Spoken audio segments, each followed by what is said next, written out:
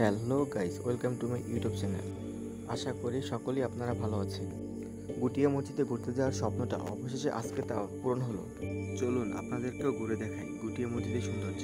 ও হ্যাঁ, আপনাদেরকে বলাই হয়নি, আমি হচ্ছি বরিশালের ছোট ভাই। ওই যে দেখলেন মাংনা হুন্ডা ভাই, এটাতে বসে রয়েছি। আর না হয় বেশি বকবক করি, আপনারা দেখুন আর এনজয় করুন।